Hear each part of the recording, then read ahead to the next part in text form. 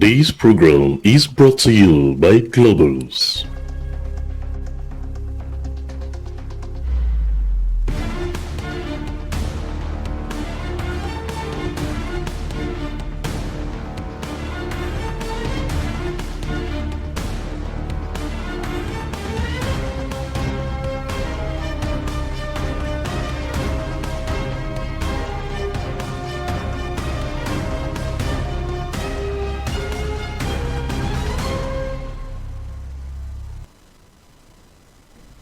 Governance in multipolarity. How attainable? Ladies and gentlemen, welcome to this edition of your discursive and informative program Global Insider. And today we want to look at a major challenge that presents in a multipolar world, that is that of governance. And in recent years, the world has witnessed a significant transition towards a multipolar reality, and it is more visible in a contemporary society here where we see multiple nations exerting influence over global governance rather than a single superpower dominating the agenda, which has been the case ever since the end of the Second World War. And of course, this shift is exemplified by the rise of countries like the People's Republic of China. We have India, we have Brazil, and we cannot also forget the radical revolution which has been witnessed across the African continent. Precisely countries in the Sahel, Mali, Niger, Burkina Faso, and other nations understanding the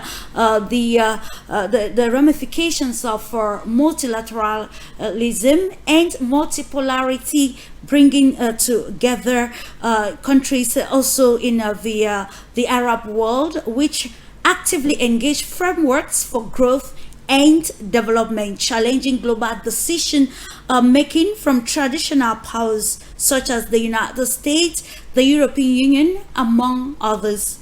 The emergence, therefore, of new alliances, various regional trade agreements in Asia and Africa underscores the intricacies of cooperation in a landscape defined by diverse national interests.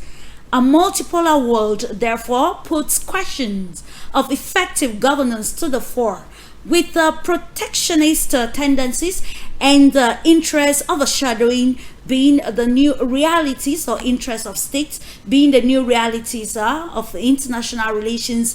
The varied priorities of countries contribute to a more fragmented approaches to global challenges.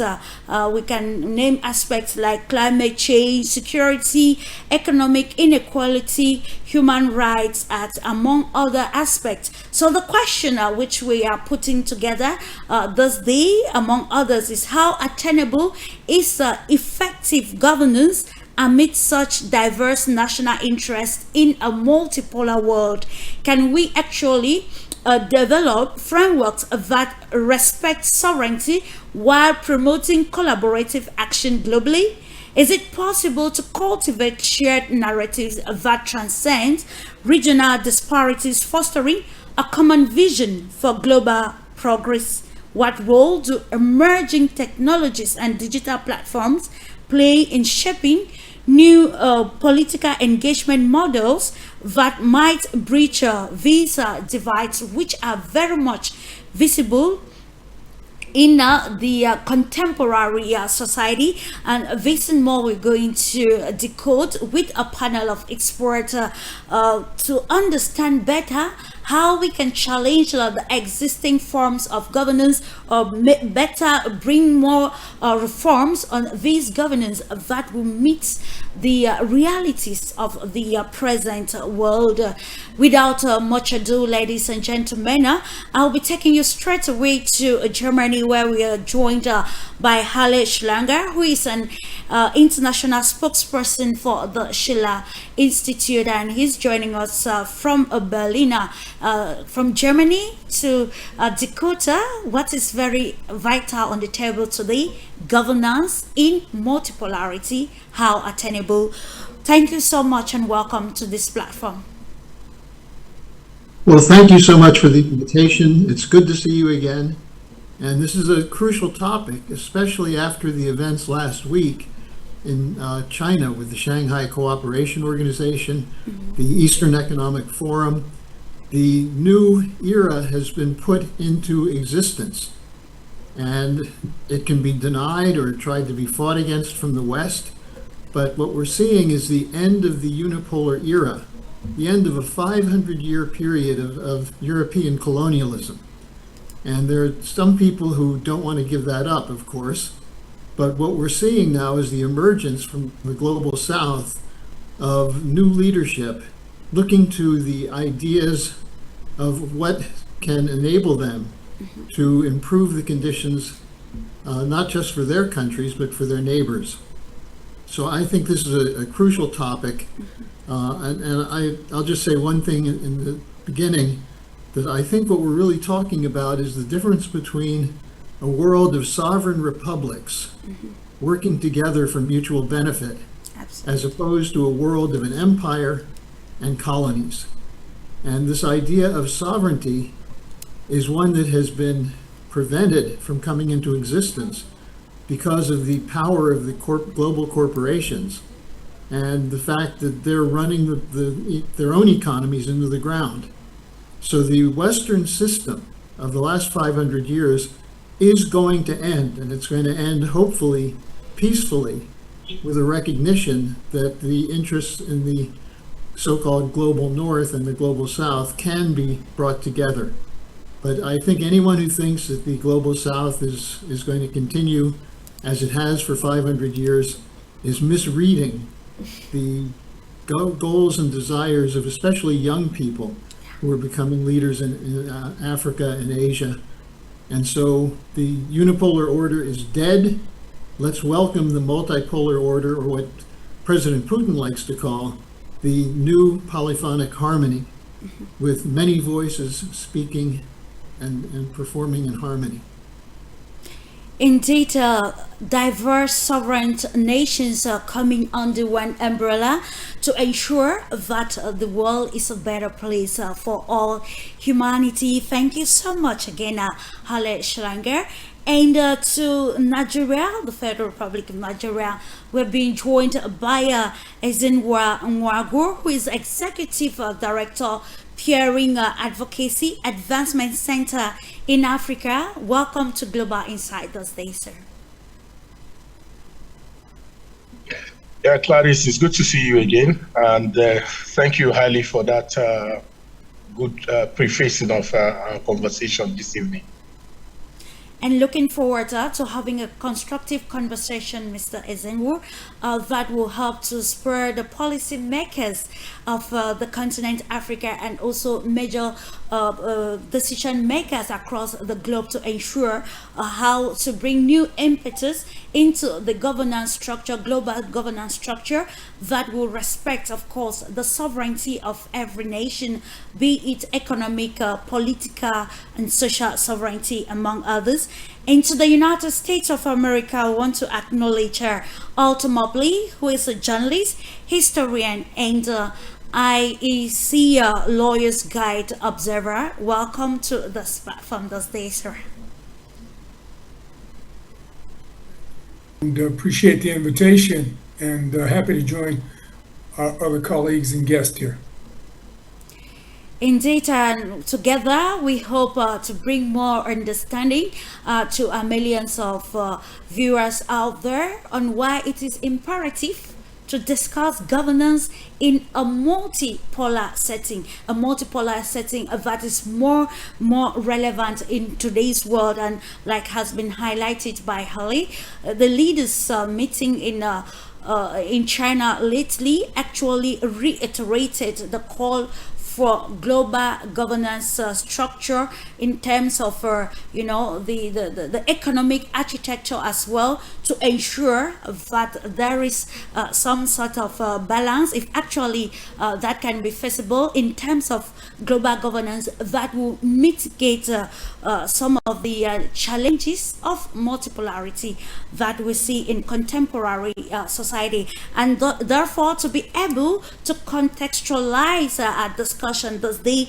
it is imperative for us to understand the key terms of governance and multipolarity, and contextualize their definitions in given pertaining to the present realities. Starting off with you, Mobley, what in your own perspective its governance in the 21st century, where we see that multipolarity is becoming more and more relevant?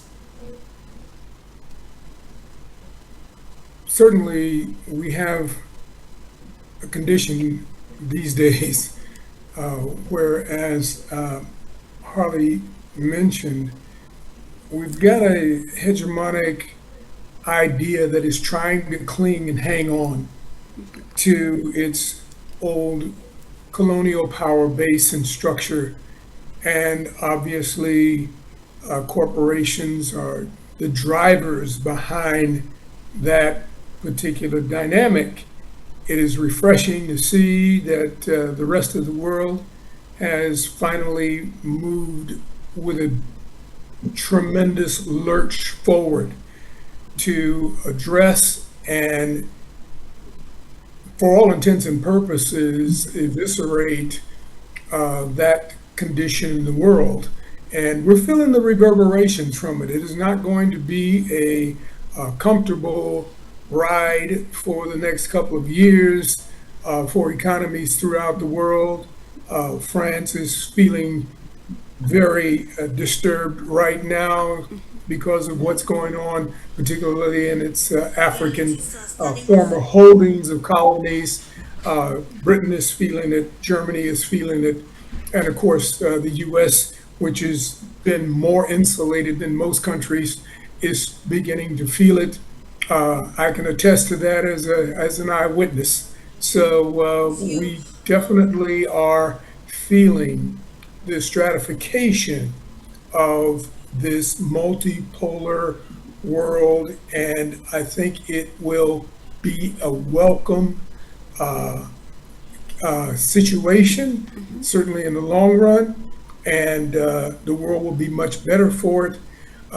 We are looking forward to making the transition as amicable as possible, and I think that is job number one for people like those on this call. Which is very imperative for understanding the narratives, to be able to internalize whatever thing that is happening, so as not to feel cheated. In the process, we know that presently across the African continent, and I know that Africa's number one institution, the African Union, has again reiterated on the need to term the year 2025 as the year of reparations. This is me coming to you, Mr. Ezenwer. We today looking at multipolarity that is already, something of existence.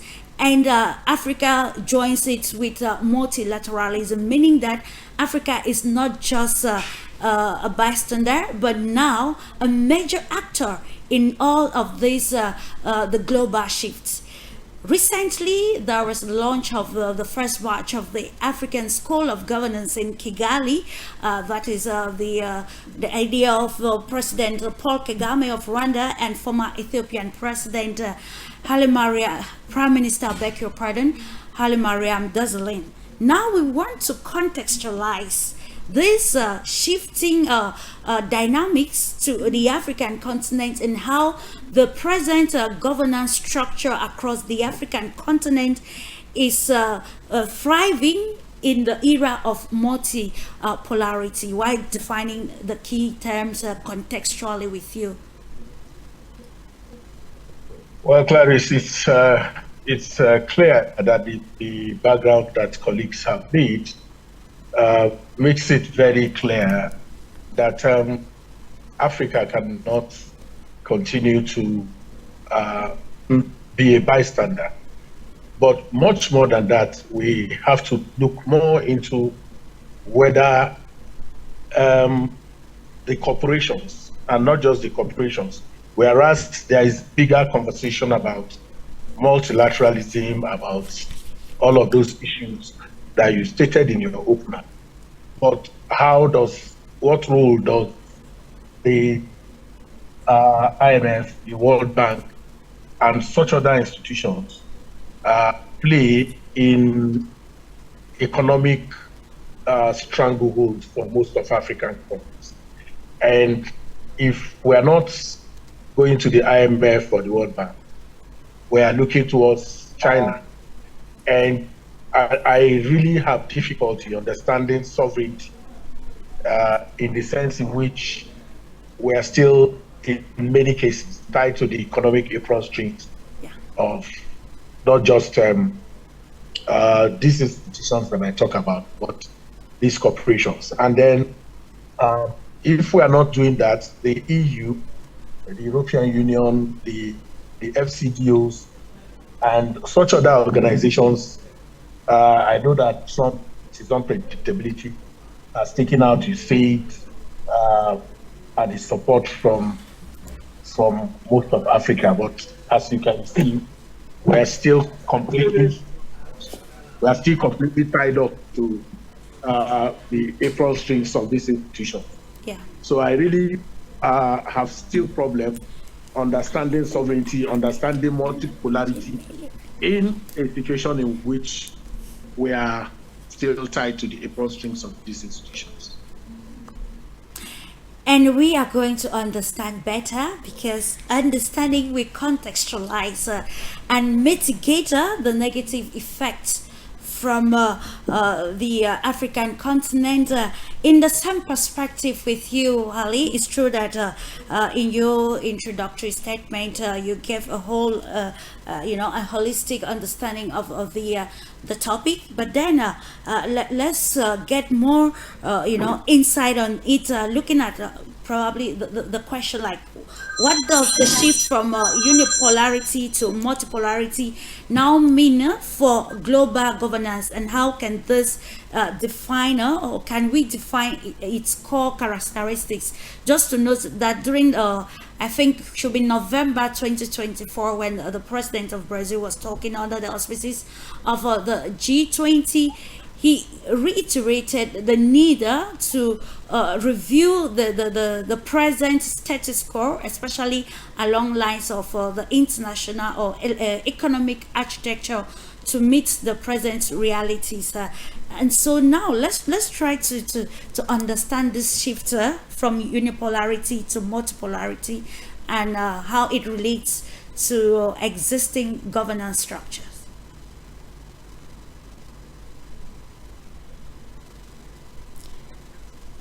Hallie, please, you're muted.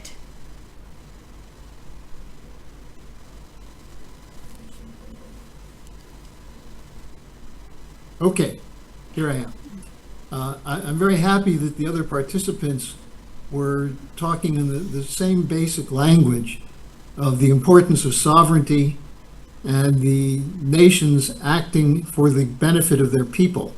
Because the idea of multipolarity starts with the concept of mutual benefit.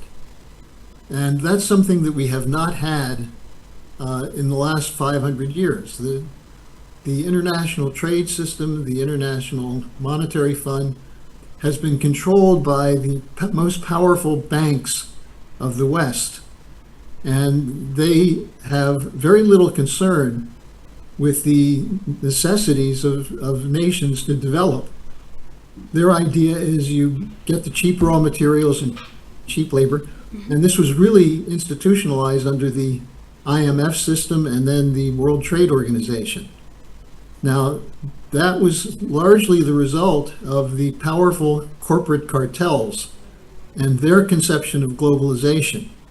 And I just think it's important to define a different concept of globalization, because the globalization of the World Trade Organization and the IMF means that the powerful countries determine the rules of the game, what Blinken called the rules-based order. The U.S. violates the rules all the time and makes them up again to benefit their own corporations. Now, there is something called international law, which we see ignored in the case of Israel going in and bombing Qatar. We see it ignored in terms of the treatment of the African countries when they are looking for credit, and they're told you have to pay the debt first. And the debt, who determines the size of the debt? So the most important shift I see is new institutions coming into existence, like the BRICS. It's going to take a while. It's going to be, as Arthur said, a turbulent period ahead for this transition, because these Western corporations won't give up power easily. But they're having their own financial problems. And I think the important thing is to look at these new institutions like the BRICS Bank, the SCO Bank, the Chinese credit policy, which is very different from the IMF. So I think these new institutions are coming into existence. There's going to have to be some patience, but toughness, and no submission to the old order and its phony rules. And when we're talking about governance, we're looking at global governance, patterning institutions like the United Nations Security Council. We are looking at, like you quite underlined, Ali. So now, with all that has been underlined, and we are already living the realities, let's look at the importance now, geopolitical importance of this topic, and how does the rise of multipolarity then influence the effectiveness and legitimacy of existing global governance institutions, which we just cited? Well, as I was saying, I think these global institutions have outlived their purpose. I would not be unhappy at all to see the International Monetary Fund be dismantled. The structural adjustment programs that the IMF has come up with have done more to set back the process of development in the global south than wars. And that's why the need for new institutions is so crucial. And one of the things the Chinese are doing as an interim measure is to trade in national currencies. And this is going to require, again, some time to do, because you have to figure out how do you cover the imbalances and things of that sort. But the current system, the SWIFT system, is a weaponization by the Western banks of the financial system, with sanctions, with credit cutoffs, and the imposition of structural adjustment programs. Sure. So I think the quicker we leave behind the existing institutions, the better. And that doesn't mean we have a totally anarchistic junking of the system. But it's interesting to note the BRICS are not talking about dumping the dollar, but making it fair, making the U.S. and Western Europe play by the same rules. Absolutely, yeah, dear Ali. And still in the same line, understanding the topic with you, ultimately, we're looking at new realities of the world. And when we talk governance, a whole lot of things will come in, like democracy, constitutional, the republic, monarchy, and other forms of governance are existing.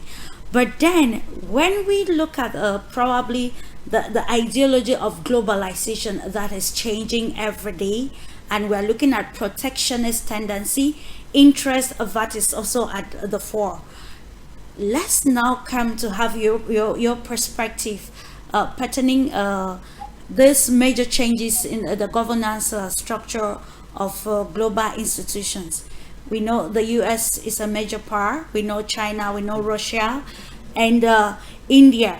So, do you think with all of this reality, it is very important to ensure that these countries, particularly global south countries representing, other nations without permanent membership in the Security Council, can influence these major changes that we want along the lines of the economic decision making, and even some geopolitical decision making which have direct ramifications on nations even across the globe?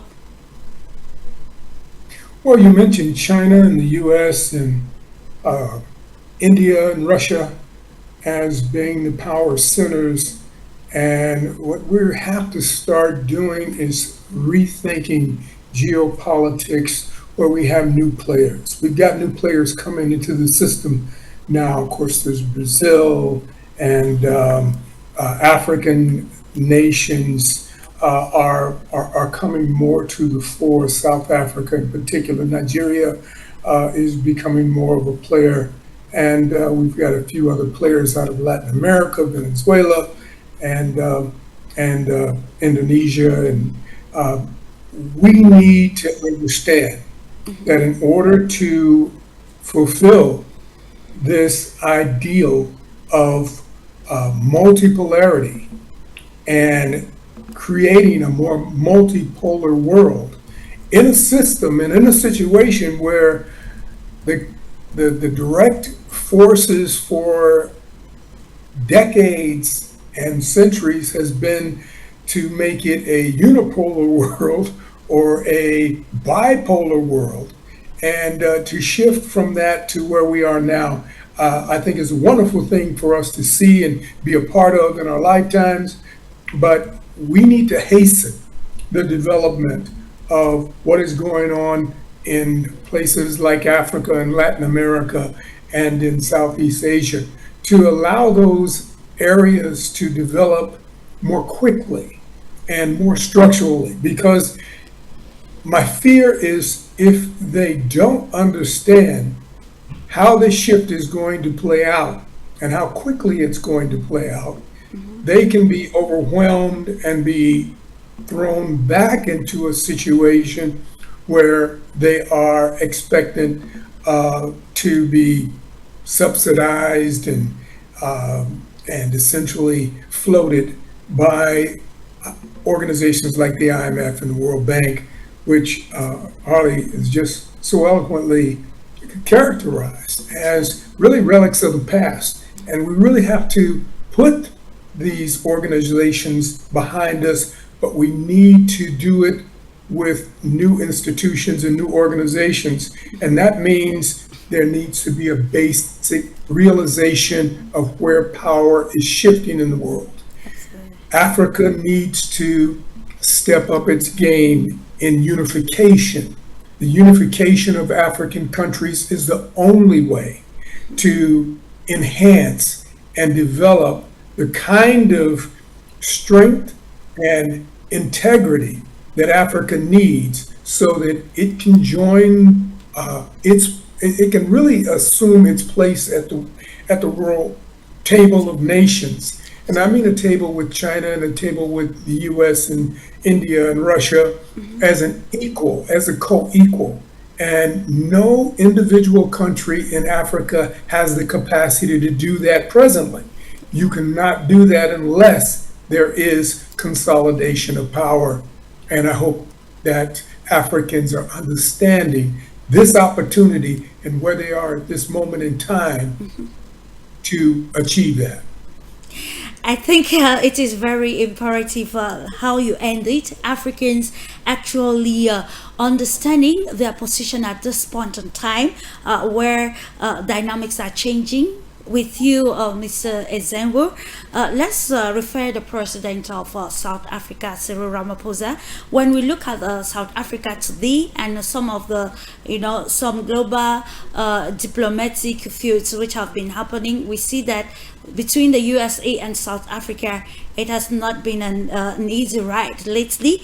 And a few days ago, President Ramaphosa said that South Africa will not be bullied into a trade deal with the United States, emphasizing that the nation is pursuing a strategy of engagement.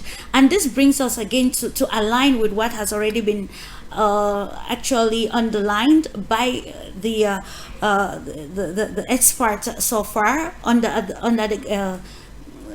the theme of emergence of new powers. Here we want to look at diplomacy, which according to some pundit, it's becoming more cohesive for the interest of countries at the fore. So the question is, how do you think emerging powers, particularly like India, China, Brazil, and other countries across the African continent, which have recorded significant strides in terms of governance? I think we can be mentioning Rwanda here, can be mentioning Ethiopia, Egypt, and other countries are understanding already the global setting and making internal decisions that favor growth and development. So how are emerging powers forming these alliances, and what impacts do you think this partnership can affect global governance norms? Do you think that we have the impetus in Africa already to bring major changes in the global governance settings?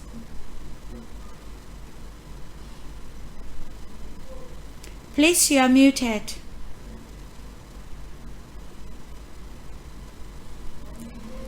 Mr. Ezenwo, please, you are muted. We cannot hear you.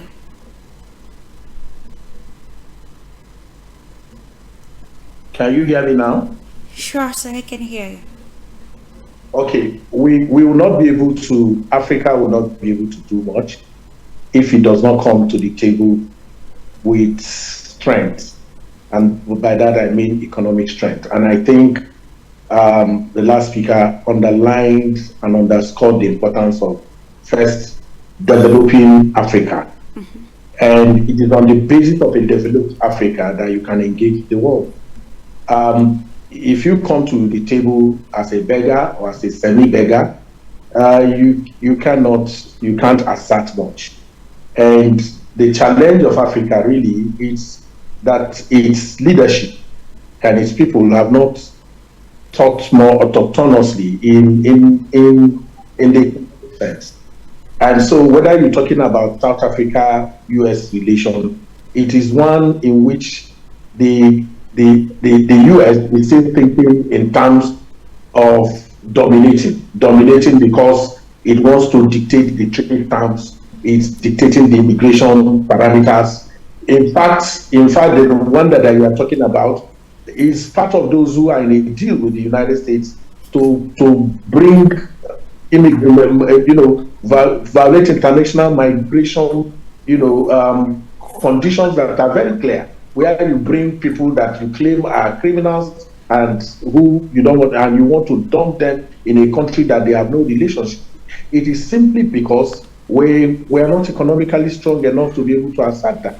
And the way to do that is to first develop internally in a way that you are strong enough to engage the world. And I'm not seeing much of that happening. There is a lot of, diplomatic finesse and talks that are going on. But internally, the governance system within most of African countries is anything to be desired at this moment. Whether in Nigeria or in Ghana or in Sierra Leone or in Freetown or in Egypt, the majority of the citizens of those places have not seen the impact of governance in a way that they can support the initiative for you to engage, whether it's India, Brazil, coming together. But it's important that there is that unification, that there's consolidation. You can borrow models, you can borrow muscles from each other. And the combination of your muscles can produce the strength with which you can become a major factor on the table in conversations that has to do with trade, that has to do with diplomacy, that has to do with governance, and that has to do with even how you play in this new multipolar picture that we are painting. I will stay with you, Mr. Ezenro. Why highlighting what you said? It actually comes to mind for us to analyze politics versus governance in Africa, and how it's actually a limitation to the continent standing globally. Today we hear countries calling for seats or representation at the United Nations Security Council. I will take a clear example of the Republic of Cameroon for us to better understand this question. How probably, if actually the political tactics of nations what has actually have embedded or relegated its governance stride and force making the country or continent not viable enough at the decision making tables internationally. We want to look at the events marking the upcoming elections in Cameroon. That is October 12, 2025, political maneuvering, the failure of the opposition to come to a compromise. And when you look at critically, according to some pundits, it's more of an interest, a personal interest rather than a national interest, which I think also has some sort of ramifications at the external diplomatic geopolitical levels of the country. So now let us try to understand political tactics within Africa versus the existing governance and how to navigate it in a multipolar world. Well, if there is the play of politics above economics. Most of Africa, is the conversation is more political than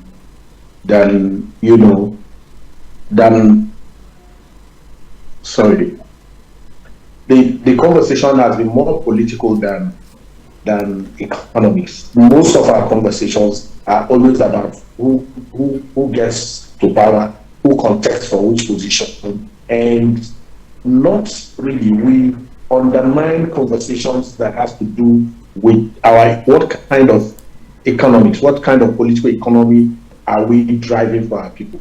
And once you superimpose politics on the major issue about what kind of economy are you running, what is your outlook, how are you engaging the world, whether it's the Chinese that you're talking about, whether it's the Indians you're talking about. India has created a place for itself in technology, in IT, and in medicine.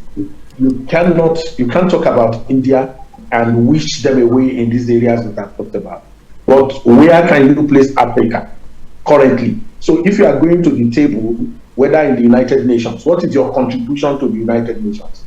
The Americans can dominate the Security Council. The Russians can dominate, because at the end of the day, they provide the resources with which even the United Nations itself. How much are you contributing to the pool? So until we play down politics and strengthen conversations about how to govern our people for the benefit of our own people and strengthen them in a way that if your friend invites you for lunch, and every time he invites you for lunch, you go for lunch empty-handed, you are not playing your role in that table. If you are coming for the lunch, if he's providing food, you should come with a wine. If you don't come with a wine, you can't continue to claim that this relationship is a relationship of equal. You can be pretending that you are equals because your friend invites you to lunch. But until you contribute something to that lunch, you will not be able to assert yourself either as a friend or even as a contemporary. Very imperative, just to note, ladies and gentlemen, if you are just tuning in, this is Global Insight proposed to you by Globe Ocean. Today we are looking at governance in multipolarity and how achievable or attainable it is, contextualizing every aspect of it. Coming back to you, Holly, we are looking at the fact that at the moment there is some, I don't know if you should call it chaos in Europe. Let's be particular with France.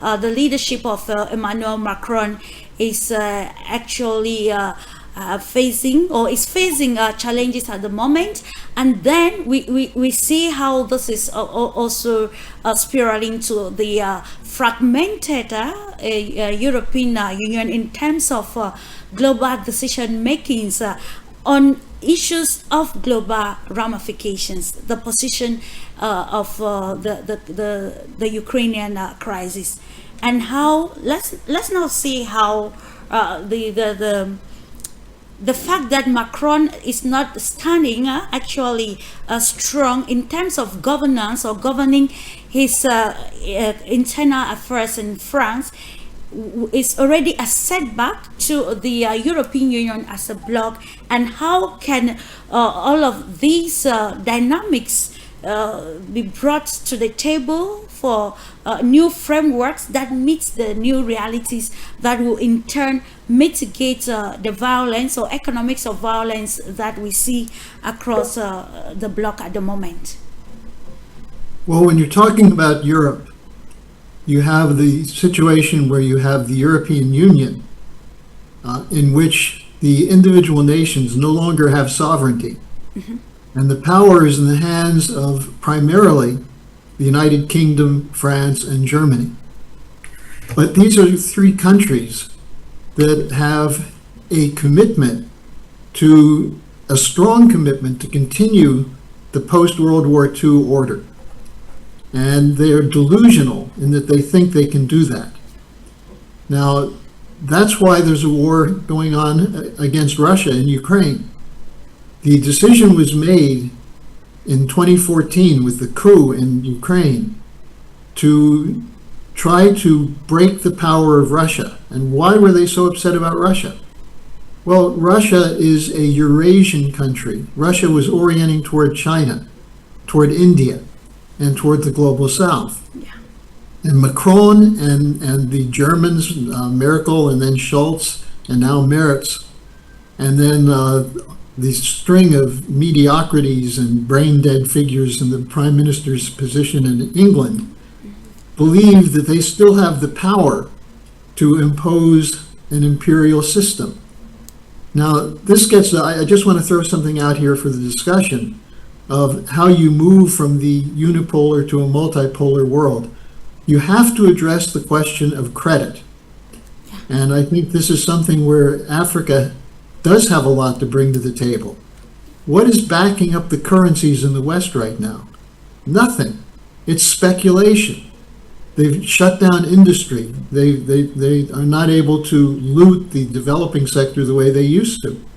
And so they're in a pile of debt which is going to collapse. That's what happened to Bayrou and Macron. Mm-hmm. They can't cover the debt. That's what's happening in the United States. And the fact that the United States is a military power doesn't negate the fact that it can't pay its bills. So what is the basis of credit? And this is where we can learn something from China, which has learned something from the better times of the economies in the West. Credit is based on your ability to increase and improve your productivity based on investment, and that means debt, in scientific and technological progress. That's how you increase your wealth. African countries have been denied that right by the colonial system. And by putting them in debt so that they have to trade their raw materials and their labor force for the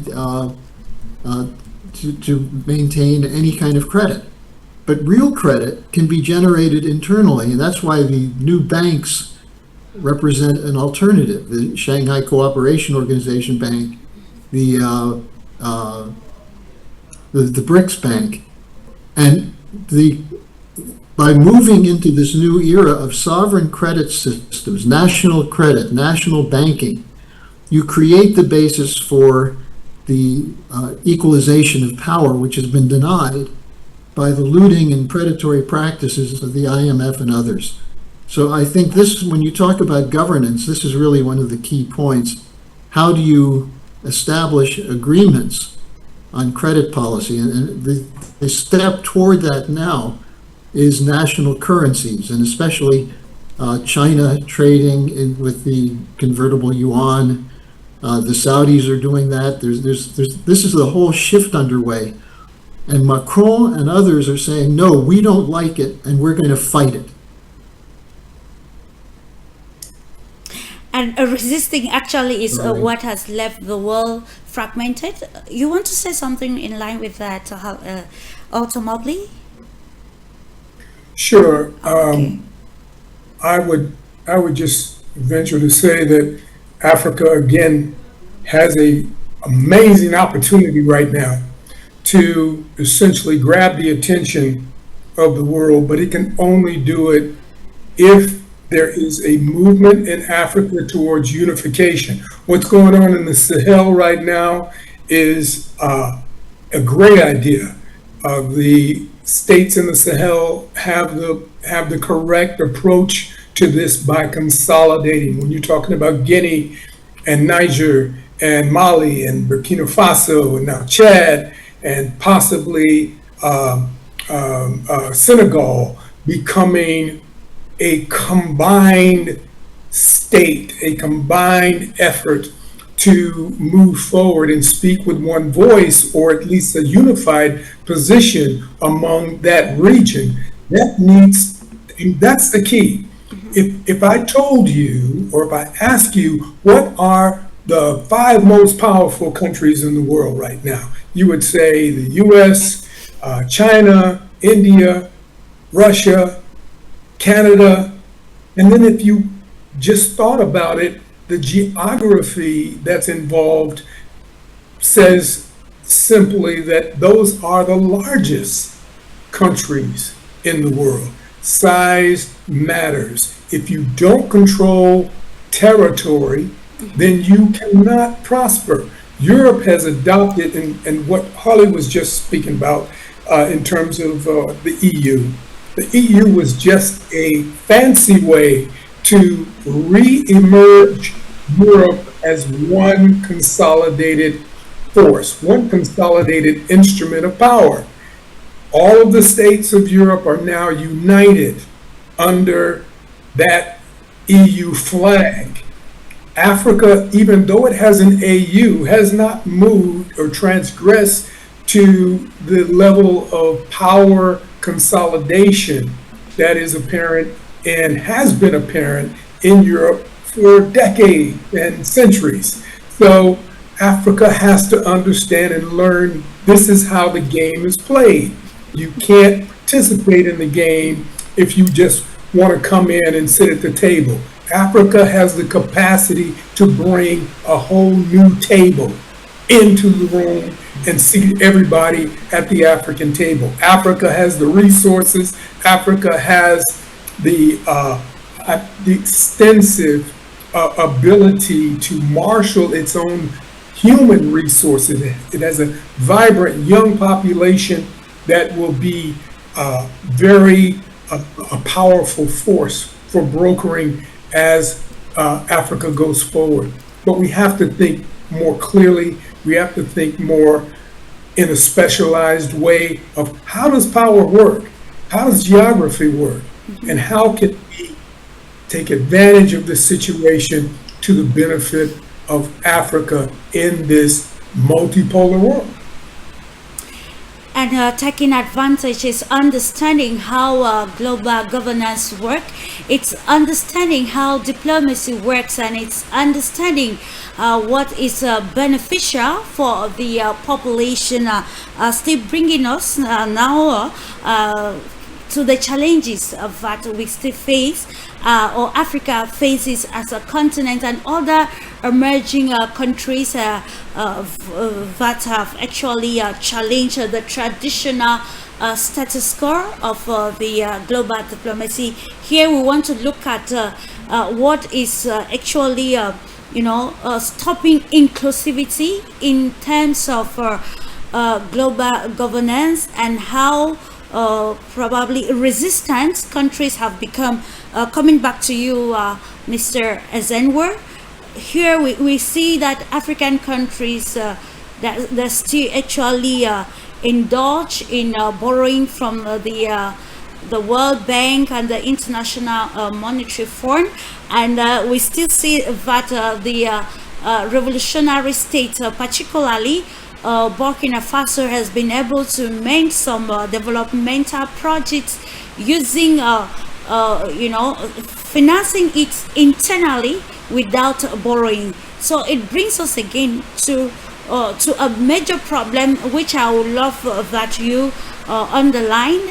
What actually is that problem embedded in governance that has not pushed Africans to relook the credit status quo, as noted that the realities are already known to us. So what is that impediment stopping us, or major stakeholders or policy makers, particularly at the political level, towards changing or bringing the new table, like Alto Mobley said, that will actually limit the debt burdens of countries across the African continent?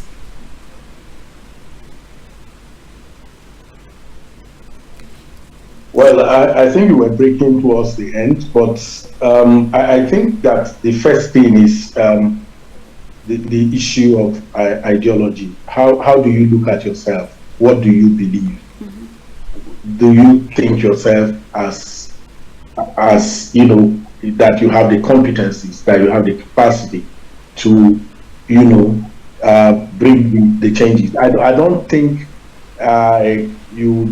I'm comfortable with referring to Burkina Faso and Mali and all these other the Sahelian play as revolutionary. I think that no matter what it is, we must be able to clearly do not give comfort for people who take power in an undemocratic way. We cannot.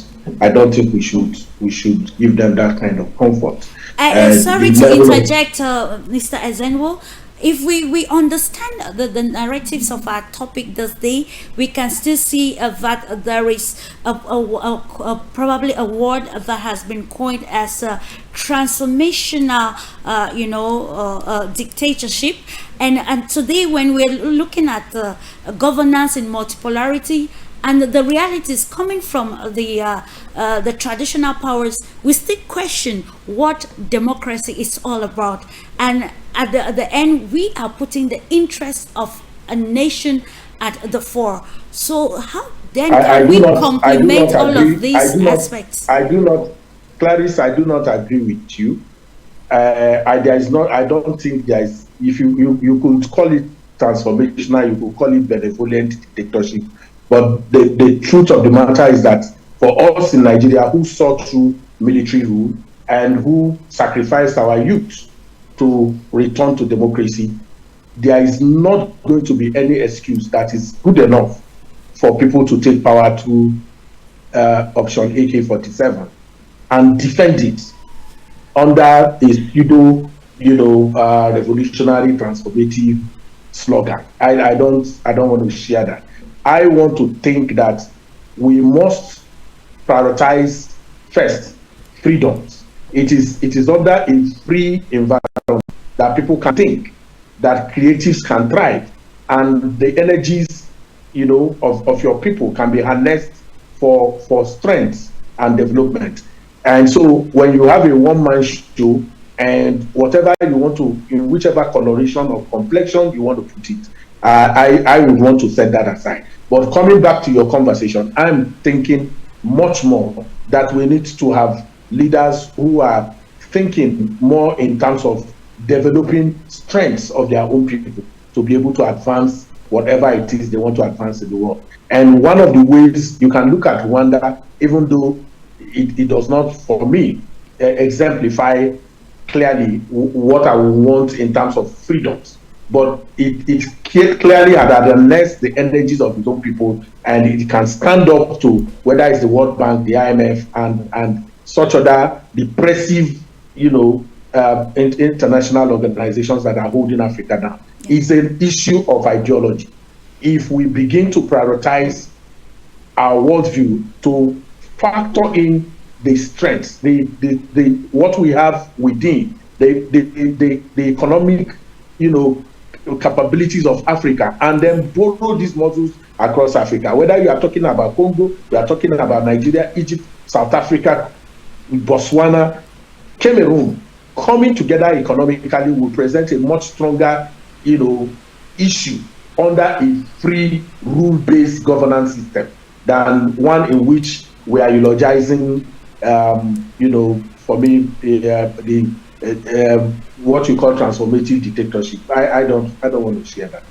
Actually, it's not me calling it transformational dictatorship, but it's the viewpoint of a school of thought trying to internalize whatever is happening across the continent and the global world, that the discrepancies created within the European Union and other countries out of the continent have brought the realities of this global world of governance, and it brings us again.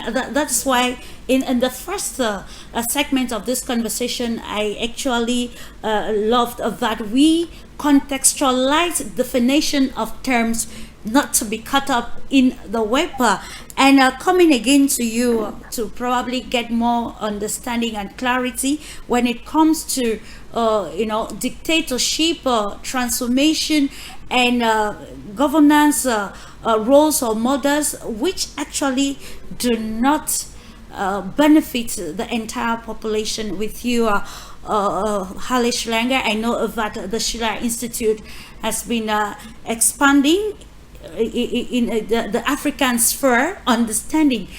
Do we see a problem of ideology or political tactics, or actually some sort of the model of the governance which is a setback for Africa to thrive practically in this multipolar world?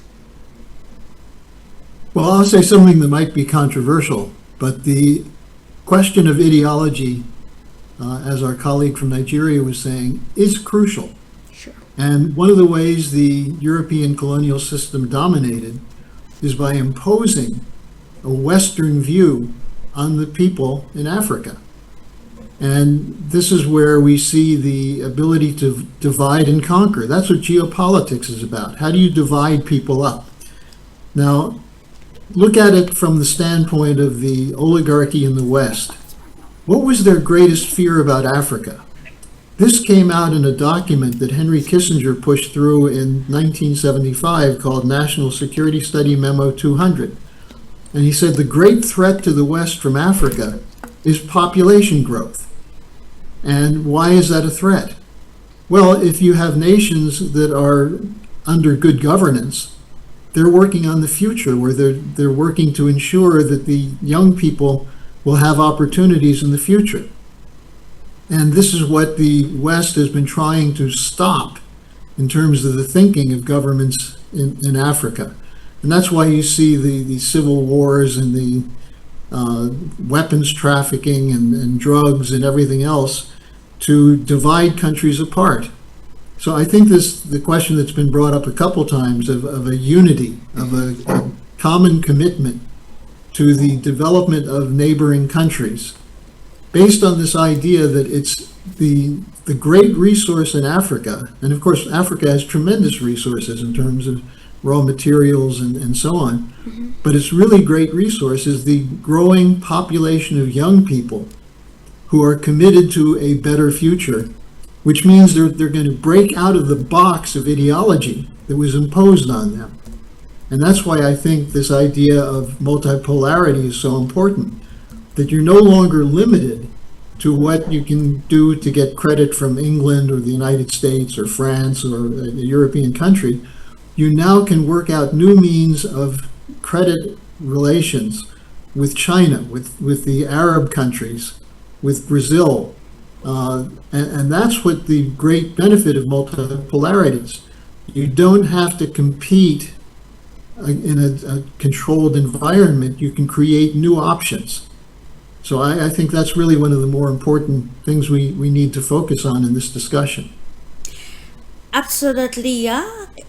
Do we see a situation where actually there is some sort of a compromise in terms of ideology pertaining the new realities that will bring those practical reforms advocated for at the United Nations Security Council, the World Bank, the World Trade Organization, among others, to ensure a more balanced structure of power globally? Still with you, Holly.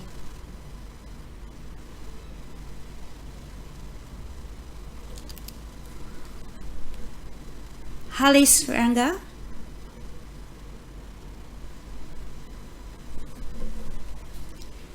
Please, you are muted.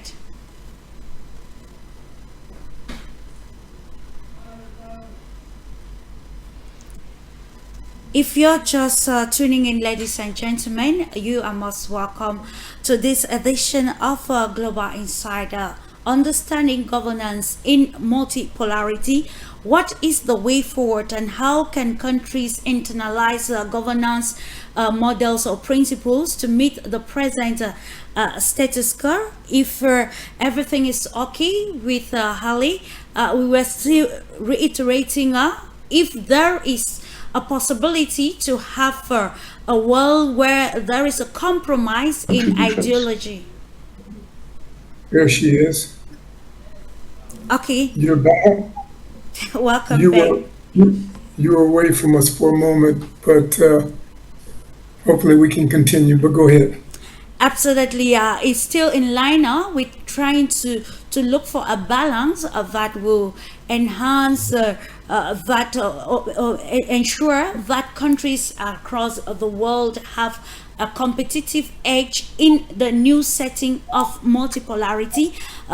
There is one thing for sure, even if the BRICS or the global south is coming together, challenging traditional narratives which have always been spearheaded by the global north and other strong powers, there is a concerted effort as well as an internalized or personal interest that suits the interests of each and every nation.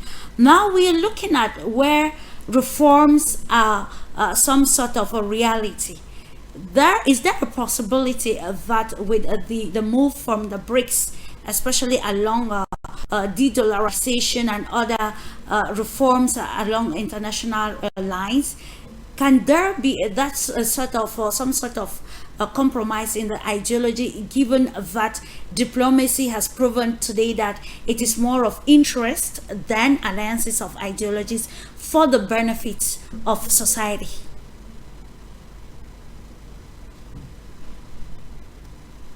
Achievabl.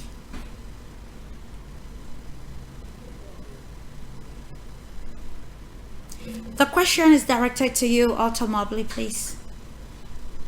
Yes, well, I didn't hear the question. We seem to have a lot of interruption. We apologize for that. Sometimes things we cannot control. We're still looking at the realities of the present world, emerging of new powers, and the BRICS has been very intentional about the de-dollarization, ensuring that there is an alternative to the existing frameworks. So the question is, ideologies have been brought forward, the narratives have changed, but then the practicality is what is still a bone of contention at this particular moment. And since we were on the issue of ideology, which is a solution towards the major challenges of multipolarity, we want to look at a scenario where the BRICS and other emerging nations can actually push the international institutions into practically engaging in those reforms which will redefine the balance of power or power dynamics across the global. Sure. Well, the old world order is not going to give up their dream and their vision of having a unipolar world. That is not going to go away anytime soon. Multipolarity in the world was inevitable. You can't have growing economies around the world, growing systems of ideology and culture that are flourishing on their own without a eventuality of some multipolarity scenarios that would naturally come about. And that should be something that is welcome and healthy. We have advanced as a world because we are a multipolar, multicultural, multi-dimensional world in itself. And if you look at individual countries, China had to put itself back together after World War II. It was fractionalized, had several colonial masters, and really had to conceive of a China that they could go forward with. India did the same thing after its dissecting by the British into a colonial vassal state that was scattered and decentralized and decentered. So when we look at Africa and we look at other parts of the world, we see a need for the same kind of transition. And Africa needs to put itself back together from the Berlin Conference and from what happened at the Berlin Conference to a place where it is a operating structure. I have been privy enough through my own journalistic endeavors for many years, going back to the 60s. I remember when the Algerian revolution, and you had a group of states in the northern part of Africa, Egypt, Tunis, and Morocco for that matter. And then I also remember the southern African states, the Patriotic Front, the movement to align in southern Africa to develop as well. Nigeria certainly has stood its own and has created a tremendous market in having a population now centered in Nigeria of over 250 million people or so. That is major accomplishments have happened on the continent. I do not, however, dismiss what is going on in Sahel right now. I think it is advantageous because it is movement, whether it is along the lines of what others may expect as being acceptable in terms of how it democratically or did not democratically transition. It still has created a better situation for the people of Burkina Faso and Mali and Niger and Guinea as well. So we have to look at the end result and understand that we're not going to always like how these machinations happen on the continent, how these countries are evolved and how they come together, but and learn to work together in better ways. But it is going to be something that we're going to have to live with and accept for their base and final result.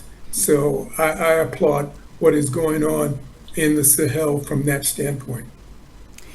Thank you for your viewpoint on this very pertinent question. Coming back to you, Mr. Ezenwa, there is need, of course, to revolutionize governance and we are contextualizing it with Africa. And in our preamble, we highlighted the launch of the African School of Governance. And you in your previous discourse, you highlighted the failures that African governments have actually recorded so far.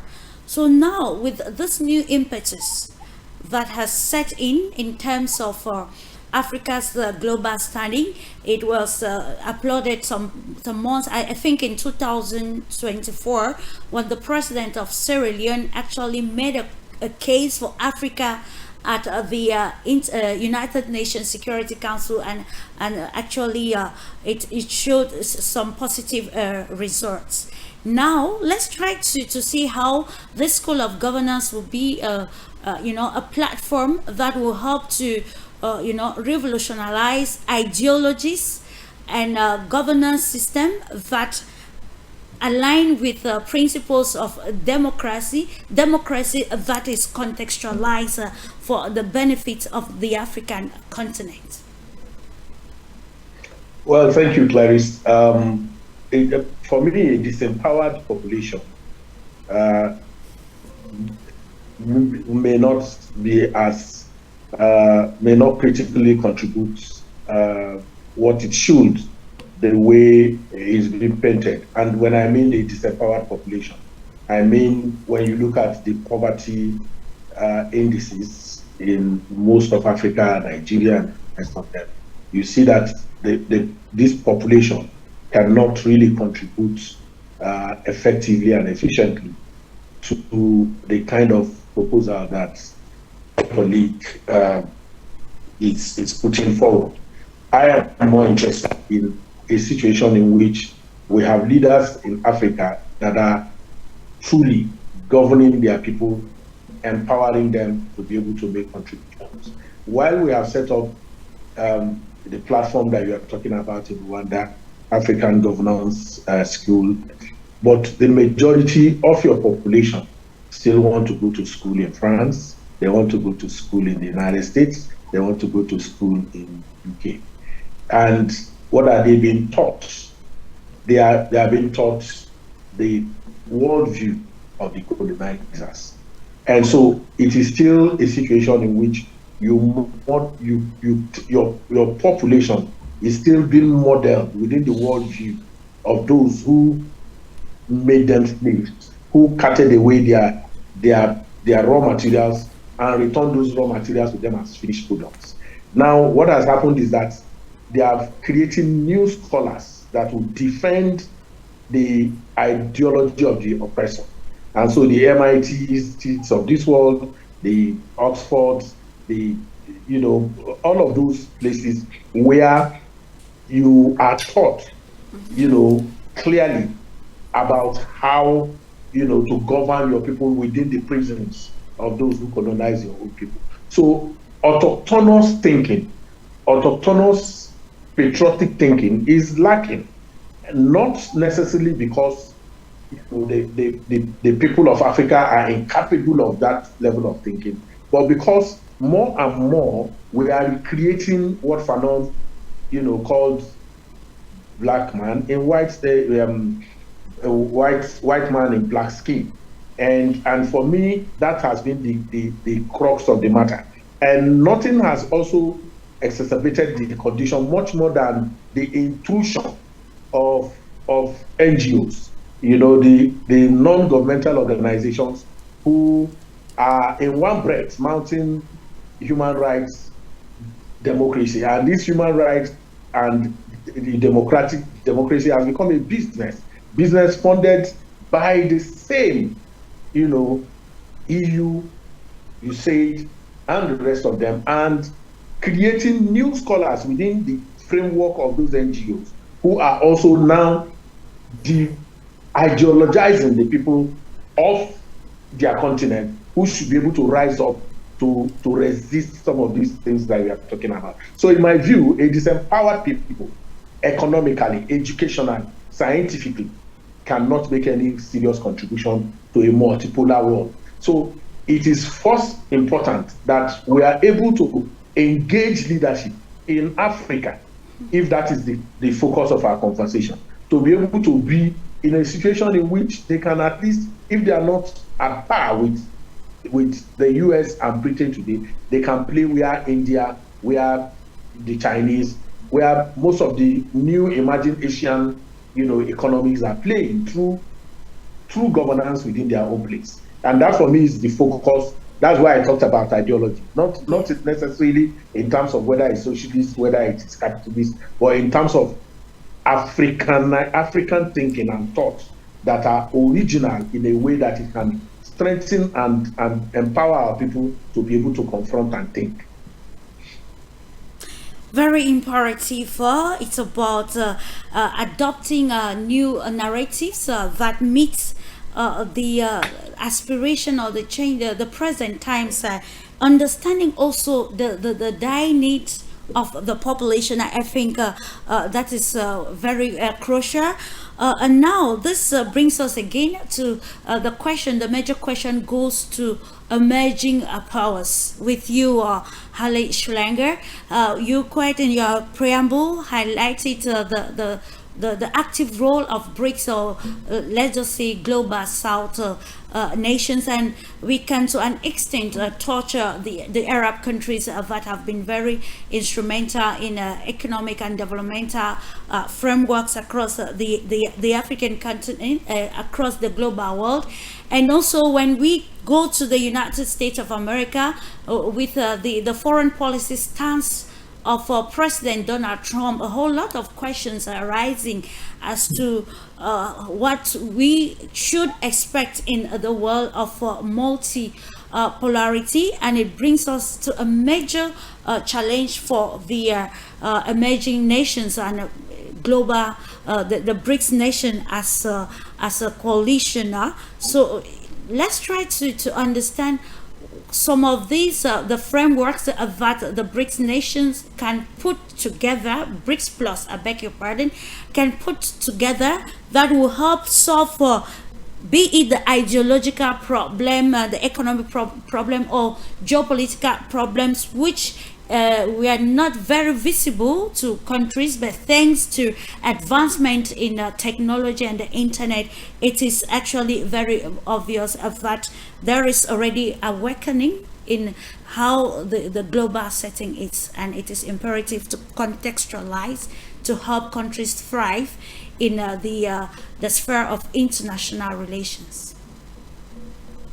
Well, I can tell you, sitting here in Germany and watching the reaction of the Western political establishment to seeing Presidents Putin, Xi, and Prime Minister Modi shaking hands at the Shanghai Conference, the Shanghai Cooperation Organization, the idea that you have these powers now that are committed to this idea of multipolarity.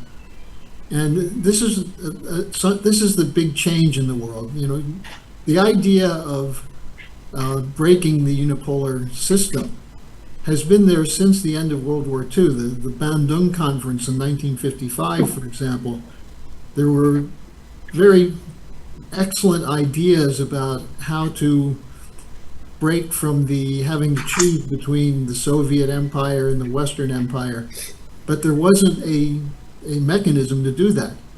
What BRICS has done, including the expansion, bringing in Ethiopia and the United Arab Emirates and a few other countries, African countries, is to show to the world that this is a serious operation, and that the BRICS and Shanghai Cooperation Organization, the two of them, actually have a larger percentage of global GDP than the G7.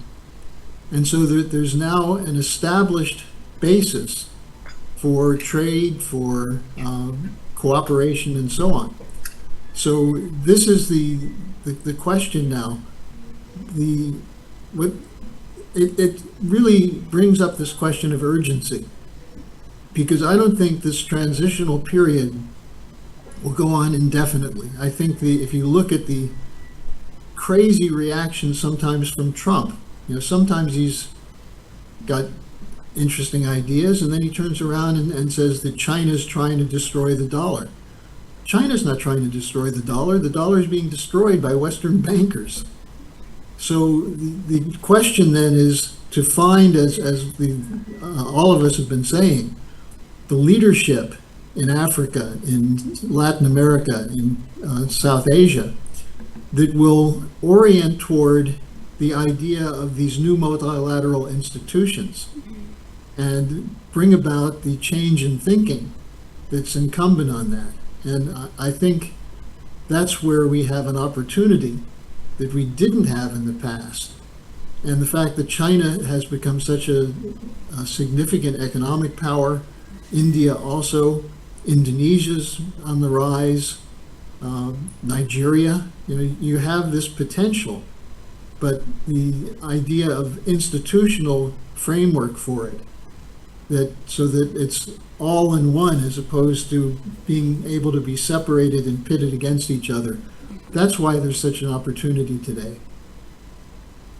Thank you so much, Holly, for that. And if we listen critically to all that has been said, ladies and gentlemen, we're coming out to actually to note that it's all about understanding the status quo of international relations, and also understand the resistance that is coming from the traditional powers towards the new or emerging powers, particularly from the global south. So what is the way forward? How can we thrive in this era of multipolarity, and also reduce the negative consequences of such, because we are already seeing the resistance that is unavoidable at this particular moment. And that is why we want to again continue to look at the way forward with you, ultimately. How can we handle the global fragmentation that has been that is very evident along the lines of global governance, to actually give meaning to the governance theories that always say that power belongs to the people, because I think if we do not solve the fragmentation, it shows that just a collective view is actually at the helm of global governance, and that is why we see such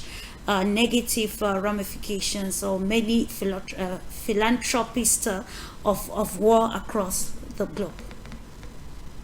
But we've watched societies, cultures develop because of that exact analysis. They understand that power does emanate from the populace and the people. And whether you're looking at China or India or Russia or Brazil or Latin America or Africa for that matter, where you've seen the growth and development happen most quickly is not by money being transfused in by the International Monetary Fund, the World Bank, or Western powers for that matter, but where power has grown from the organized people themselves. So people, organization, that dynamic has not changed in the last 200, 300, 400 years at least. And if Africa or other parts of the world are to be competitive in this new multipolar dynamic, it is going to be because they develop power centers. Africa has to recognize that the world is unipolar, or it is multipolar, I'm sorry, but Africa does not have to be multipolar. For example, Africa needs to be more power-centric among its own people who share in the African thought, the traditional, basic, foundational ideas of a culture that's ready to say, we have things in common first. Let's look at what we have in common, and then let's act in common accordingly. That is the prefaces that Africa is at right now, and Africa needs to recognize that it can take advantage of it, or it can allow it to be squandered and just etherealize into another several decades and centuries where Africa will be continuously exploited. I don't want to see that because I'm African, and I understand that we have to assume our rightful place in the world, in the global structure. But we can't do that divided as we've been since, as Nkrumah said, way back at Casablanca in 1958. We need to organize and we need to unite. When Africa can internalize that traditional idea, I think things will move forward very, very quickly for particularly Africa. Very imperative in the same perspective.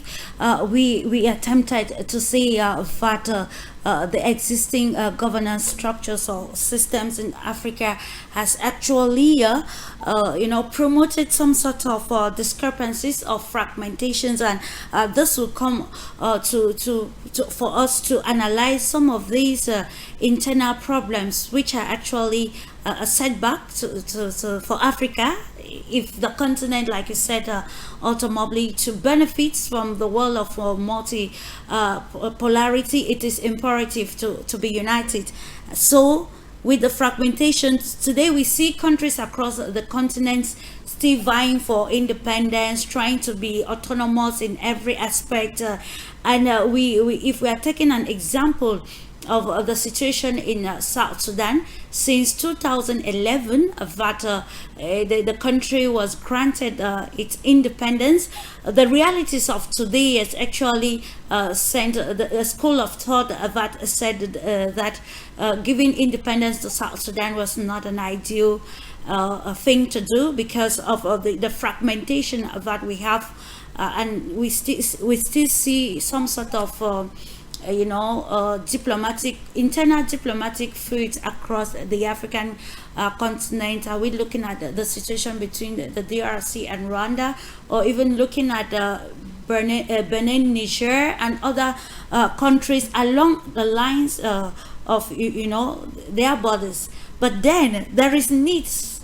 If we are supposed to fix the ideology, Mr. Ezenwo, there is need to fix ideology that aligns with a new governance system that will promote naturally the unification of the African continent internally, to be able to make it have its voice at the international stage. As a governance expert, what do you think are those parameters, or what is the scope for this change to come as soon as possible, so that Africa can benefit largely from multilateralism? Well, I think I've been battling with the challenge of definitions, and absolutely, yes, definition in the sense that I think the ideal is the multipolarism. I think I am inclined to engaging in a way that shows that I am not on the previous position of multipolarism. And Clarice, I've been stressing, and that is coming from a lot of conversations and travels across Africa. I see in very clear terms that sometimes there's a dissonance between the leaders and the people that they govern. Their aspirations, the aspirations of their leaders, the complexioning, the character, the nature of the political elite of Africa are the same. The majority of their population is in very serious and dire situation. And so we first need to rework the feeling of freedom. When independence came in the 60s across most of African countries, the thinking was that there was going to be, like Samir Amil says, the linking. People would delink from the colonial thinking and begin to plan Africa in a way that works for majority. But that is not the current situation. It is still a situation in which the wealth, the resources of the continent is in the hand of a few people. And the language they speak is still the language of the oppressor. And so when we are talking multipolarity, it looks to me like a finesse, a beautiful concept that we will embrace in the future. But for today, I am more worried that the people who will come to this multipolar table are not prepared to assert themselves, and the only way they can do that is to have a situation in which they have relatively free, fair, credible elections, they can have rule-based governance, they can have equal opportunity employment for majority of their citizens. And so when we have this kind of conversations, the majority of our people can connect with it. If that doesn't happen within Africa, our conversation will be academic and it will be running over the head of majority of our people. So I want an Africa that can play its role effectively, because the people of Africa are strong and can contribute to this multipolar conversation. Last few years, I think that was 2020 or 2021, we had this meeting in John Hopkins University, and the facilitator was asking those of us from Nigeria that what do we think about the Chinese imperialism that is eating into our country, and there was a lot of conversation around that. Yeah. And I asked him, what's the difference between Chinese imperialism and American imperialism? There is no difference. It's simply that you are worried about China. Majority of our people are more worried about Western American imperialism than we are worried about the Chinese. But whether it is Chinese or American imperialism, what is important is that Africa is the center of their play. And we cannot make our place where people come to play and whatever benevolent pretensions that they have, until we build the capacity of our people to come to this multipolar world with the same strength, with the same capacity, we will be having an academic conversation. And that is why it is imperative for Mr. Esenwu to discuss governance, because whatever has to happen, it should be embedded in the leadership or the governance structure of the entire African continent.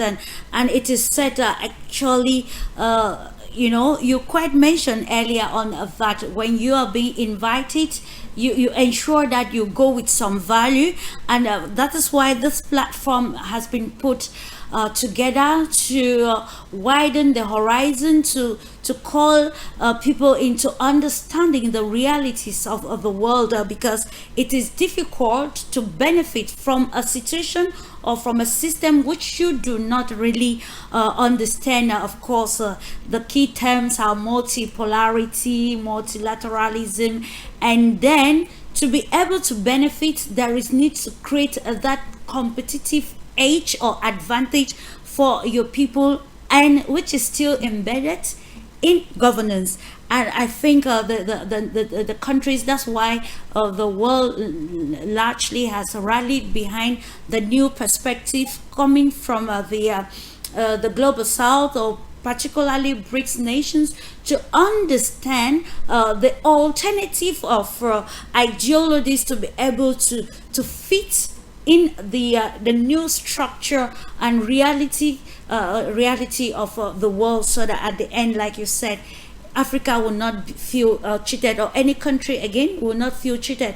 And to be able to do this, it brings us again now to understanding the place of public policy in ensuring of that the governance structure is being assimilated or understood, that meets the dictates of the current society with you, Haile Schranger. What do you think can be the basis of the policy or public policy of nations championing the new narratives that will help to continue to widen horizons and change mentality towards the global setting in line with governance?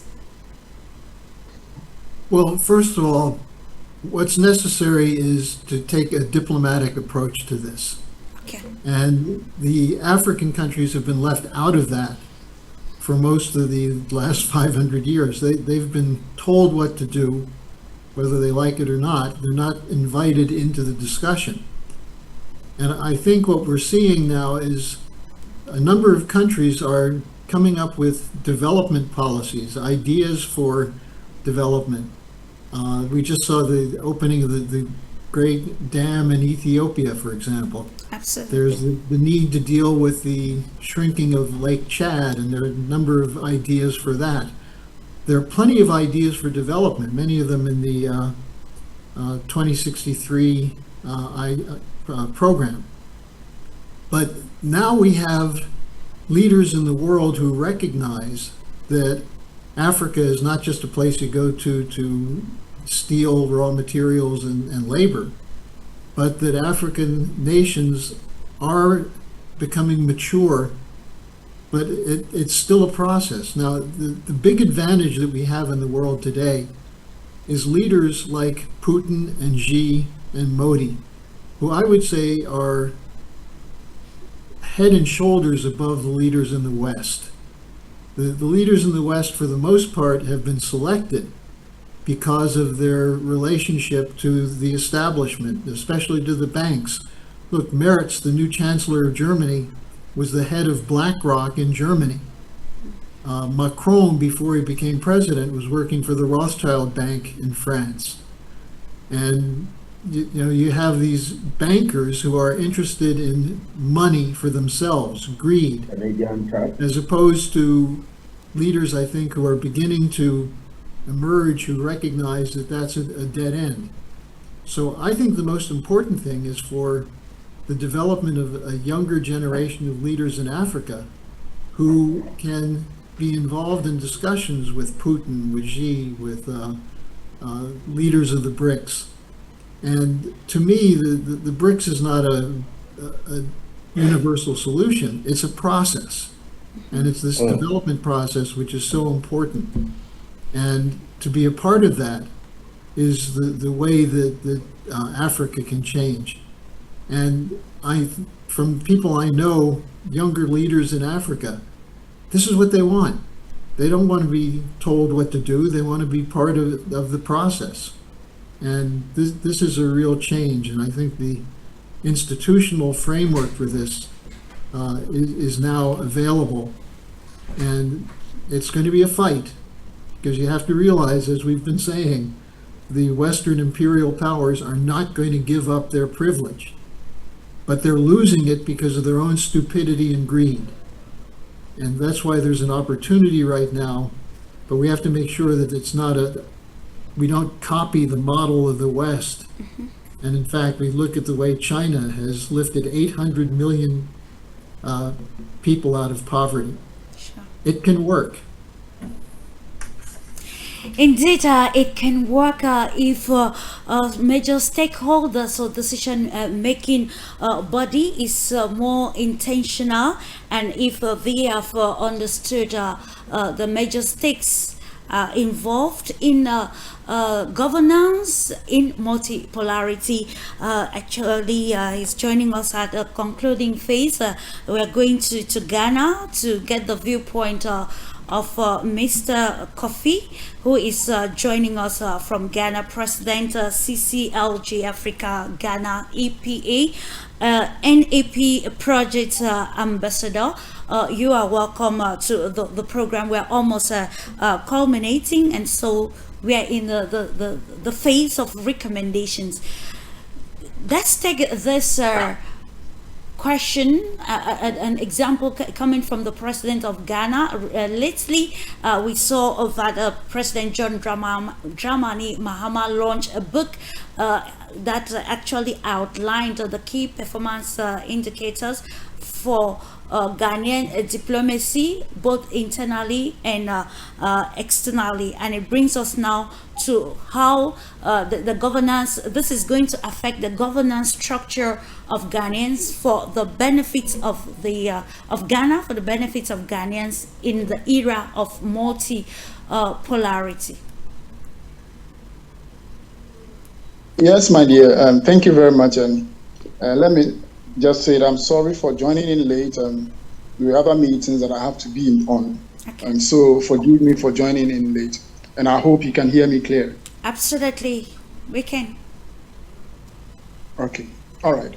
So let me first It's of all okay again. we see your face for a while. Please, can you mute yourself, please? Okay, go on. Okay. All right. So yes, indeed, when it comes to issues of multipolarity, I think it is doable, as your topic is talking about. It's very doable.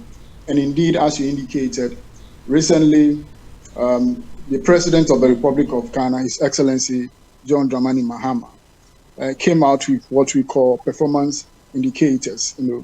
He launched a book to say the key performance indicators are that as a country, we're making sure that our heads of missions in Ghana and elsewhere, there should be some kind of performance indicators for that.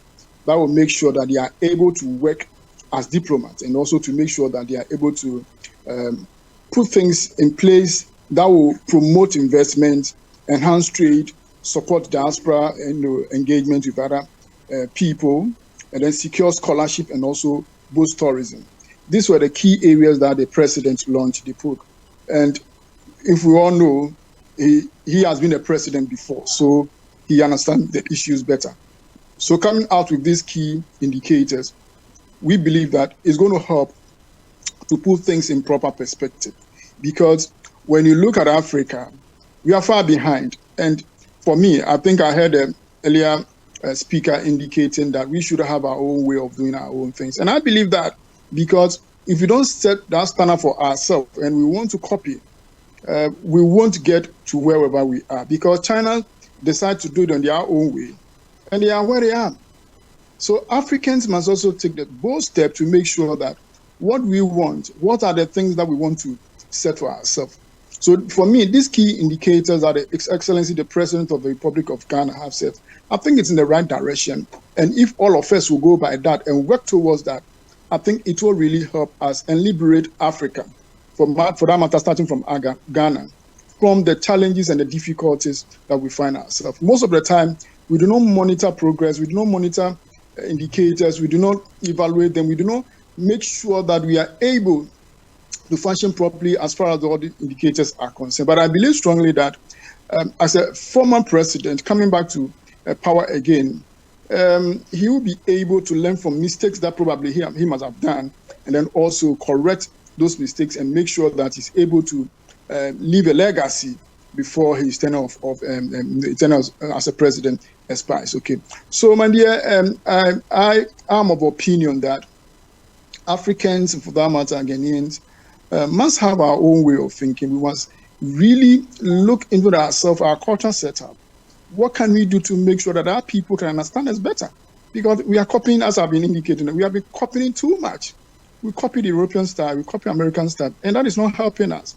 Yesterday, I had an opportunity to be with the courtesy call that was made by the delegate from the United Kingdom, or call on the Speaker of Parliament of Ghana. And, at one of the discussions that we're having, the Speaker of Parliament indicated that Ghana have a hybrid democracy that we are practicing. We have the British type and then the American system, which is not helping us at all. But for Ghana and for that matter, Africans, what kind of democracy that would be good for us? What are we practicing? It looks like we are confused. And once we are confused, it becomes very difficult for us to really get the agenda right. So, my dear, for me, I've said that let's sit down as Africans and look at what will help us. Let's sit down as African and come up with, these key indicators. And then I believe we can do it, because the African brain, it's sharp. if you give the African opportunity, he's able to excel. And once we know we can excel, I think we can do it.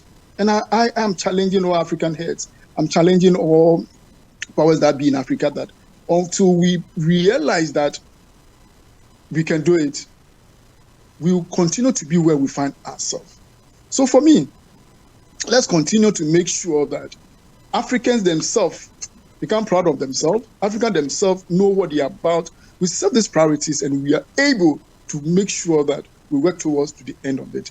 So for me, we should not believe the argument, but rather we should make sure that we take pragmatic steps to be able to solve this issue when you talk of multipolarity. Thank you. You all, Mr. Coffee. While talking about the existing systems of democracy, which is problematic in Africa, it brings us again to the constitutions, because when in terms of governance and the constitution, you see that majority of constitutions across the African continent were written in line with the dictates from the former colonial powers. Today we are in the 21st century facing new realities.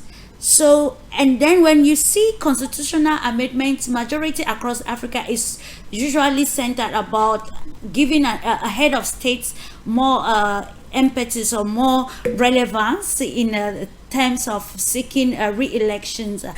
So how can we, is it proper to advocate for reviewing constitutional changes along the governance system in Africa that will now suit the revolutionized African mindset for the benefit of the continent as a whole in the sphere of multipolarity? Because we are very conversant that be it nations in the BRICS, they have a holistic approach of an organization, but there is also that interest that suits countries individually, and Africa can't be lacking such a competitive edge. What is the way forward? Yeah, I think you said it right. I think we should have constitutional reviews and look into ourselves, what we can do for ourselves, okay? And that would be the way forward for us in the first day. And then let's change our mindset, our way of thinking, our way of doing things. We are African, whether you like it or not, we are Africans. And we cannot be doing things like Europeans. Of course, we are all human beings anyway. But then what can we do? Because I've indicated, like, they're copying the thing. I mean, we're copying their lifestyle and everything that they are doing. That is what we as Africans are doing. So first and foremost, like indicated, we should have a constitutional review. All African countries must have a constitutional review and understand that our way of democracy. In fact, if you come to most of African countries, for instance, in Ghana, we have the chiefs that rules before democracy came to Africa, for that matter in Ghana. The chiefs are able to rule our people well, and they became good leaders. It's a matter of education. Once you're able to be educated well and understand the issues and the concept very well, we'll be able to rule and rule very well. So for me, let's ask Africans come back to the table, drawing board, and give ourselves time. Let's set up agenda. It could be the next 20 years, 30 years, or 40 years, or 50 years. We're talking about AU 2060. What are we making sure that we are able to, meet these targets? It's none. So we as Africans, at times, I feel like we do not know exactly what we are about. That is, I'm sorry to say that, but I feel like we do not know what we are about. Leadership is a problem. And once leaders get it right, all of us will be able to get it right. Citizens must change their mind. Citizens must understand that no one can build Africa for us except ourselves. Leaders must understand that they should be accountable when they are put into high office. Leaders must understand that the people put you there for you to, support them to rule, to make sure that their needs and wants are well met for them. And those are the things we need to look at. Whether it's a party, democracy, it's whatever it is, let's look at what will suit us. Of course, I understand that, when you talk of democracy, there are pillars that you say, yes, when you are practicing this democracy. But then we as Africans, what do we want? And that's the question that we should be asking ourselves. And until we ask ourselves that question, we won't be able to get to wherever we want to get to. Thank you. Claire, we've lost Mr. Kofi's audio. Okay. Go ahead, Achievabl. Go ahead. 4 minutes. We didn't get a chance to hear the completion of his statement, but I think that in terms of the multi-polar conversation that we're generally trying to articulate here, it is, again, an amazing opportunity for the world and for Africa especially, because it gives Africa some room to make some critical decisions about how Africa is going to go forward. We have certainly corporations, international corporations, multinational corporations have been talked about for many years and many centuries and decades. They are the principal drivers of what happens from the Western countries in particular, and to a lesser degree, but to a nationalistic degree when you start talking about China and Russia. But the drivers and the wild card elements are the corporations. They each want to do what they want to do in the world throughout colonies and former colonies, and they want to be able to move freely. And they can do that as long as they have the financial controls to be able to give benefits and extract benefits, impose sanctions, or make things easy for various institutions and countries along the way. So they really pull the strings. We talk a lot about what power we have as one country or another, but it's really the corporations that are the drivers. Whether we're talking about 50 years ago when IBM largest contract was the pass law system in South Africa, or you're talking about today where Elon Musk and Mark Zuckerberg control how we communicate throughout the world. These structures are developed by corporations. It's not a national policy. It's not national policy, but it is a cooperative effort that was launched by these companies. So we can't talk about multipolarization or multipolarism without including the power of these corporations and the influence of these corporations. These corporations also have the ability to enforce their power. They can move armies, and we've seen it. We've seen them move entire war projects throughout the world because they want to see certain outcomes. Africa is still in a very vulnerable position and very vulnerable to that kind of activity. There is no way that Togo and Benin and Malawi should be trying to negotiate contracts with China and the United States. It's a non-competitive situation. When we talk about multipolarism, we're not talking about it to that extent. If you are, it is a very fragmented and losing proposition for those smaller countries. There has to be some consolidation. There has to be some rebranding and redevelopment, reinfusion, if you will, of African thought, so that we can reconstitute what Africa can be.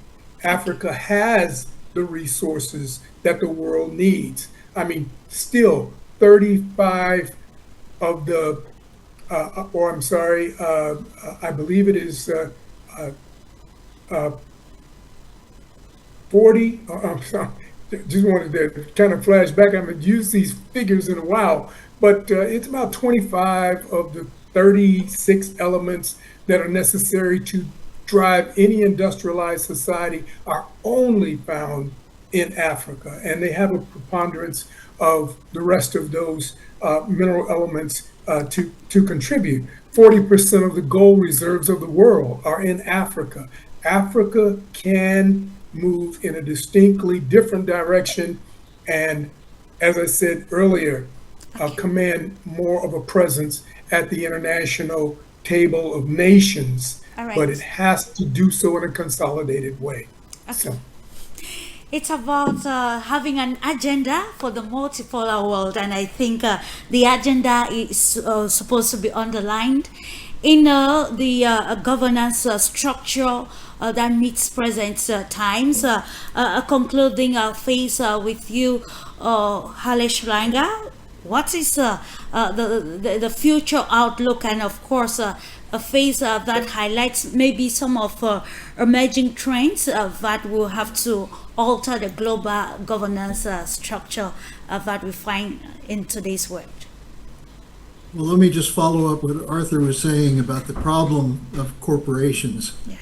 What my organization, the Schiller Institute, is doing is trying to mobilize in the United States to take away the power of these corporations by having the people find their voice and not be so passive when you have corporate control. And what I mean by that is very simple.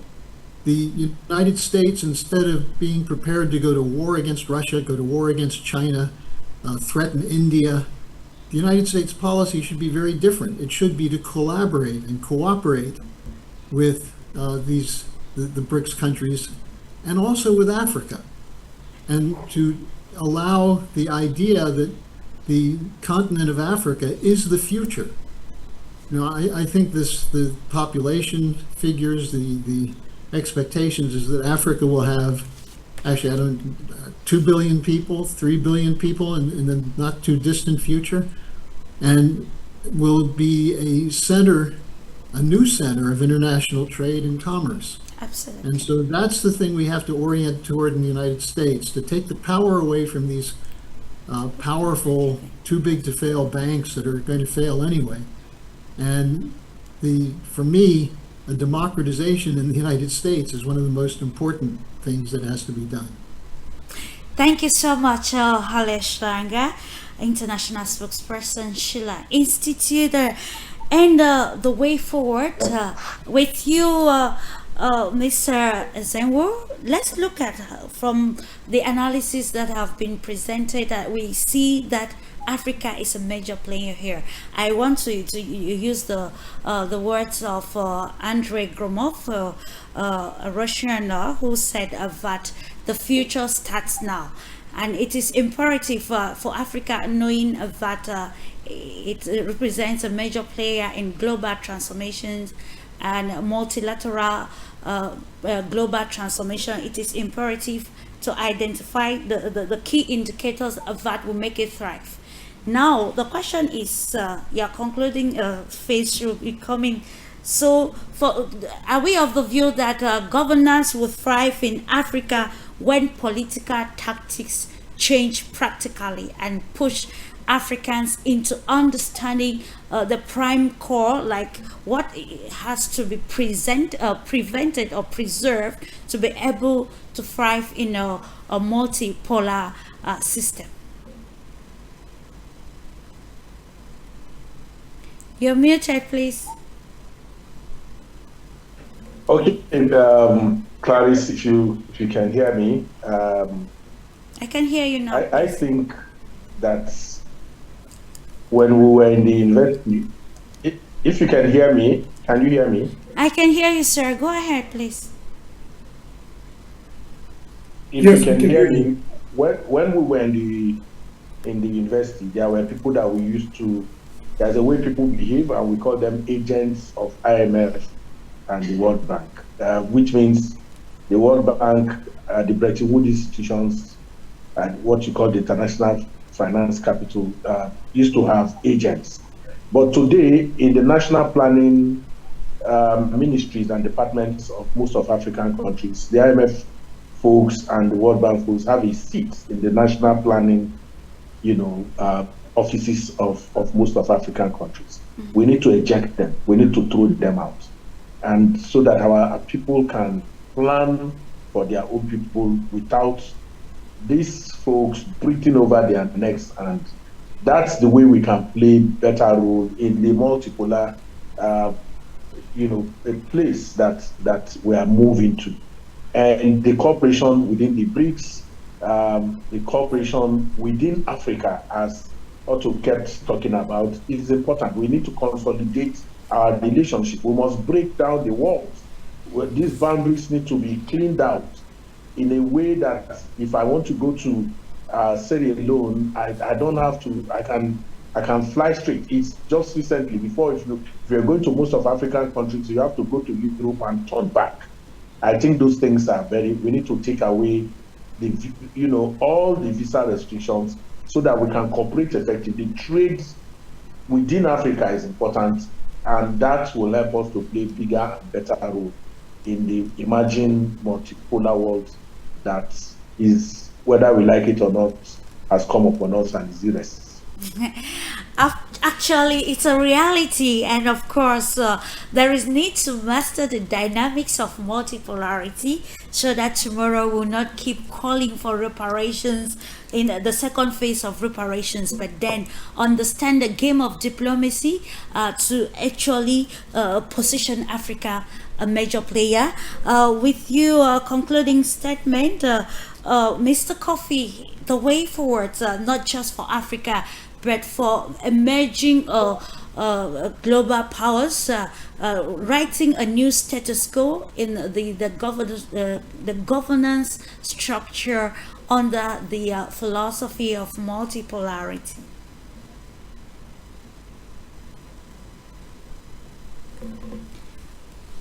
Is Mr. Kofi still with us, please?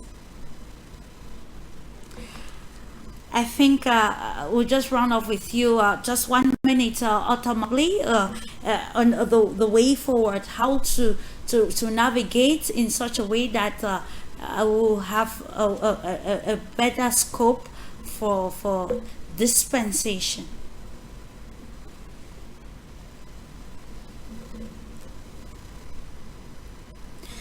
Unfortunately, Mr. Mobley is no longer there, but then, ladies and gentlemen, I would love to take this opportunity to thank you all, appreciate you for being part of this educative and knowledge sharing program where we discussed the peculiarities of governance in the system of multipolarity, what we need to take and amend, or what has to be actually let go to thrive in the world of multiple alliances.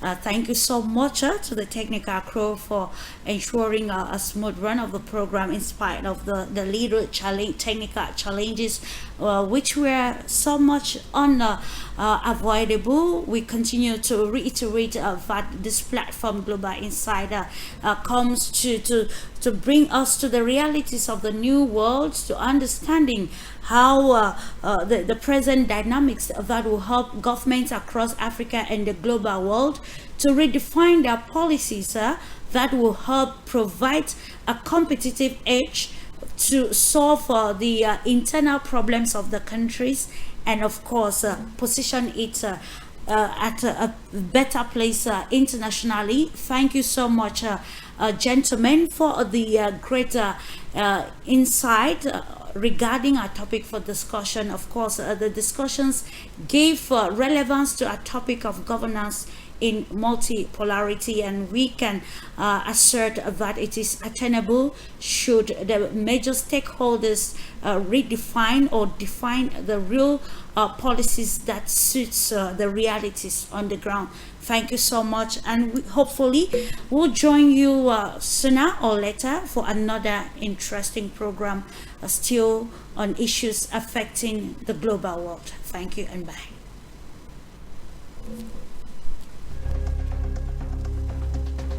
Yeah.